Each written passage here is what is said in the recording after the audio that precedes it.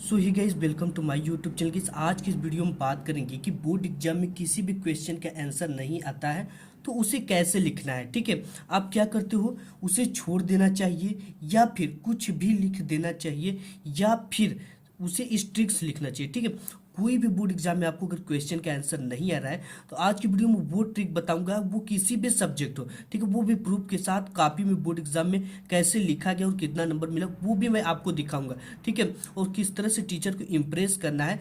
Guys 101% मैं कहता हूं कि अगर ये वीडियो आप लास्ट तक देख लेते हो तो आप अपने बोर्ड एग्जाम में 101% नंबर लेकर आओगे, क्योंकि अगर आप गलत भी लिखते हो तो उसका आंसर मिलेगा। ठीक है, वो ट्रिक बताऊंगा कि किस तरह से आपको लिखना है। कोई भी क्वेश्चन का आंसर नहीं आता तो आपको ये ट्रिक लगा देना। आप कितना भी टॉपर हो, कभी कभी ऐसा हो जाता है कि उस क्वेश्चन का कभी कभी आंसर नहीं आता है, तो ये वीडियो सबके लिए है, चाहे वो कितना भी अच्छा हो पढ़ने में। ठीक है, तो आप क्या कर, आपके दिमाग में आता है उसे छोड़ देना चाहिए या कुछ भी लिख देना चाहिए या फिर उसे इस ट्रिक से लिखना चाहिए जो मैं आपको बता रहा हूँ। ठीक है, तो आज की वीडियो बिल्कुल धमाकेदार की, तो आइए शुरू करते हैं आज की इस धमाल की वीडियो को। बस ये रहा कॉपी, ठीक है, ये बोर्ड की कॉपी और इसमें देखो कैसे लिखा गया और किस तरह से आपको लिखना है। ठीक है, तो सबसे पहले आपको, जैसे ये विज्ञान का पेपर है, ये आप देख सकते हो विज्ञान का पेपर, और आपको देखो क्या करना होता है। इस विज्ञान की पेपर में कई खंड होते हैं। ठीक है, यहाँ पे देखो खंड क ख एवं ग में विभाजित है।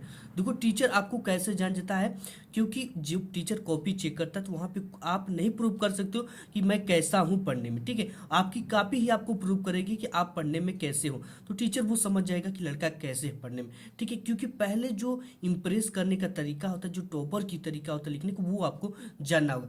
ठीक है, ये खंड क ख एवं ग में विभाजित है, तो ये बोर्ड की कॉपी रही। ठीक है, तो सबसे पहले खंड क आप करते हो तो आपको सीधे ऊपर लिख देना है, क्या, यहाँ पे ऊपर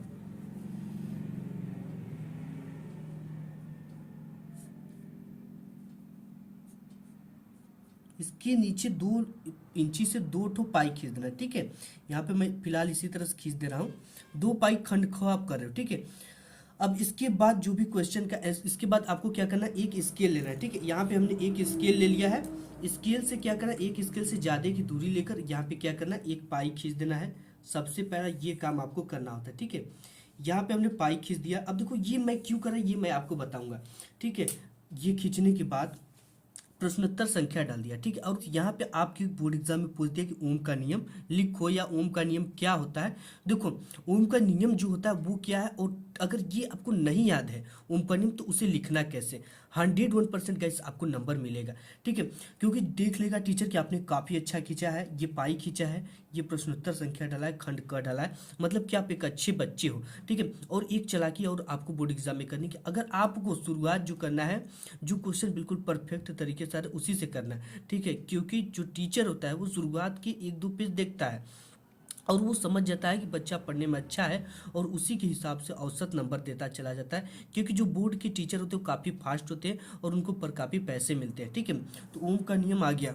देखो ओम का जो नियम होता है, ओम के नियम के अनुसार यदि किसी चालक की भौतिक अवस्थाएं जैसे ताप दाब क्षेत्रफल नियत रहे तो चालक में बहने वाली धारा चालक के सिरों के विभवांतर के अनुक्रमानुपाती होता है, R proportional V by I. अब देखो ये चीज़ें आपको याद नहीं है तो इसको ट्रिक से कैसे, ये चीज़ें आपको याद नहीं तो बिल्कुल सटीक ट्रिक है। ठीक है, क्या करना है, सबसे पहले आपने ये सब चीज़ें डाल दिया, टीचर देखने में समझ जाएगा कि बच्चा बहुत ज़्यादा अच्छा है पढ़ने में। फिर इसके बाद प्रश्नोत्तर संख्या है। ठीक है, जो भी प्रश्न 1 है तो 1, 2 है तो 2, यहाँ पे 3 है तो 3 लिख देना। लिखने के बाद अब ओम का नियम आपको नहीं पता है या कोई भी क्वेश्चन नहीं पता है तो गाइस आपको ओम का नियम नहीं याद है, ठीक है, या कोई भी क्वेश्चन का आंसर नहीं याद है तो उसे स्ट्रिक से लिखना है। ठीक है, तो ओम के नियम के अनुसार आपको इस तरह से अपने से बनाना है। ठीक है, जो नियम दिया तो इस तरह से लिख देना है। ओम के नियम के अनुसार, ओम का नियम यह कहता है कि यदि, अब देखो यहाँ पे क्या लिखना है, डैश डैश की जगह पे इससे रिलेटेड आपको कुछ भी कीवर्ड पता है, जैसे ताप हो गया कि ताप के अनुक्रमानुपाती, ताप दाब क्षेत्रफल, चाहे इससे रिलेटेड आपको कुछ भी जैसे भौतिक अवस्थाएं हो गई, अगर ये सब चीज़ें भी पता है तो आप लिख सकते हो। ठीक है, अगर नहीं पता है तो मैं लिख के भी बताऊंगा किस तरह से लिखना है। अगर इसका फार्मूला आर बराबर वी बाई आई है, ठीक है, तो आप यहाँ पे लिख सकते हो। अगर कुछ भी टूटी फूटी शब्द, आई वी बाई आई बराबर आर होता है। ठीक है, इसी तरह हिंदी में लिख सकते हो वी बाई आई बराबर आर, या लिख सकते हो प्रतिरोध बराबर वोल्ट बटा के एम्पियर। ये सब चीज़ें आप कीवर्ड में बनाकर लिख सकते हो। ठीक है, 101% अगर ऐसे लिखोगे तो नंबर मिलेगा। और जो दूसरा ट्रिक है, वो दूसरा ट्रिक है वो है कि ओम के नियम के अनुसार, अगर इसमें देखो जैसे भौतिक अवस्थाएं होती है, ठीक है, यहाँ पे भौतिक अवस्थाएं होती है, आप इन सबको नहीं जानते हो तो देखो क्या लिखना है, ओम के नियम के अनुसार भौतिक अवस्थाएं नियत हो तो धारा विभवांतर के अनुक्रमानुपाती होता है। देखो इसमें एक कीवर्ड मुझे पता था, भौतिक अवस्थाएं, ठीक है, तो हमने वही लिख दिया। इसके बाद अगर ये फार्मूला पता है तो लिख सकते हो धारा विभवांतर के अनुक्रमानुपाती होता है। तो यहाँ पे देख सकते हो कि जो धारा है वो विभवांतर की क्या है, अनुक्रमानुपाती है, ठीक है। तो इसे सूत्र भी लिख सकते हो, आर बराबर हो जाएगा आपका, ये हो जाएगा टोटल वी बाई आई, ठीक है। यहाँ पे कोई कॉन्सोनेंट लगा देते इस प्रोपोर्शनल को हटाकर के वो कुछ भी आप लिख सकते हो, ठीक है। ये हो गया आपका आंसर। अगर आप इसी तरह से अन्य सब्जेक्ट हो गए, चाहे आपका इतिहास, नागरिक शास्त्र, कोई भी सब्जेक्ट हो, उसमें अगर कोई भी क्वेश्चन आंसर नहीं आ रहा है तो उसको भी इस ट्रिक से लिख सकते हो, ठीक है। जैसे यहाँ पे क्वेश्चन है कि यहाँ पे द्वितीय क्षेत्र किसे कहते हैं, ठीक है, ये क्वेश्चन आ गया आपके बोर्ड एग्जाम में। देखो बिल्कुल आपको इसका आंसर नहीं पता है, ठीक है, तो आपको क्या करना है, उसी तरह से सेम प्रोसेस करना है, खंड ऊपर डाल देना है, ख ख की ग है जो भी है ना, इसके बाद प्रश्नोत्तर संख्या, इसके बाद ये स्केलिंग से पाई खींच लेना है। पाई खींचने के बाद यहाँ पे आपको क्या करना है, देखो इस यहाँ पे जैसे द्वितीय क्षेत्रक व क्षेत्रक है तो उसे द्वितीय क्षेत्रक कहते हैं, ठीक है।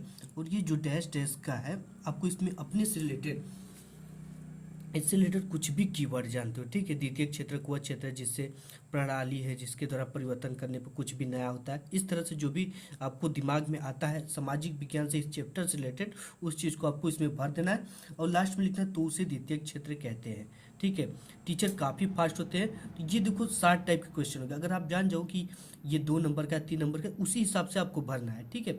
अगर यही लॉन्ग होता तो लॉन्ग के लिए मैं आपको दिखा रहा हूँ कि कैसे लिखते हैं आप। यहाँ पे एक लॉन्ग क्वेश्चन है कि उदारवादियों की 1848 ईस्वी की क्रांति का क्या अर्थ लगाया जाता है, ठीक है। ये इसमें भी सेम प्रोसेस करना है, प्रश्नोत्तर संख्या डाल देना है और जो भी खंड है ऊपर वो डालना है, उत्तर यहाँ पे लिखना है और ये पाई खींच लेना है, ठीक है। इसके बाद आपको उसी क्वेश्चन से आंसर बनाना है। उदारवादियों की 1848 ईस्वी की क्रांति का अर्थ है, इस क्रांति के अनुसार आपको इस चैप्टर से रिलेटेड जो भी क्रांति से, क्रांति जानते हो किस लिए होती है, कुछ अच्छाई के लिए होती है, जहाँ बुराई होती है उस अच्छाई के लिए क्रांति की जाती है। तो आप इससे रिलेटेड क्रांति के से हमारे समाज में सुधार हुआ, वहाँ उदारवादियों की इस क्रांति से वहाँ की जनता में सुधार हुआ, वहाँ का राजा सुधर गया, भ्रष्टाचार मुक्त देश हो गया, इस तरह से चीज़ों को आप अपने से बना कर इसमें भर सकते हो। देखो ये अगर 6 नंबर का है तो कुछ ज़्यादा ही आपको लिखना है, फिर लास्ट में लिखना है इत्यादि क्षेत्रों में परिवर्तन हुए, ठीक है। तो देखो जब क्रांति होगा तो वो सामाजिक क्षेत्र में भी परिवर्तन लाएंगे और आर्थिक क्षेत्र में भी परिवर्तन लाएंगे, तो इसको लिखना है काफ़ी ज़्यादा, ठीक है, परिवर्तन देखने को मिला, ठीक। सामाजिक क्षेत्र में आप जान जाओ कि हमारा समाज सुधर गया, लोग अच्छे से रहने लगे, उन पर अत्याचार कम हो रहा है, ये काफ़ी ज़्यादा परिवर्तन देखने को मिले। और आर्थिक क्षेत्र में परिवर्तन के लिए भी आप ये लिख सकते हो कि काफ़ी ज़्यादा आर्थिक क्षेत्र में परिवर्तन देखने को मिले।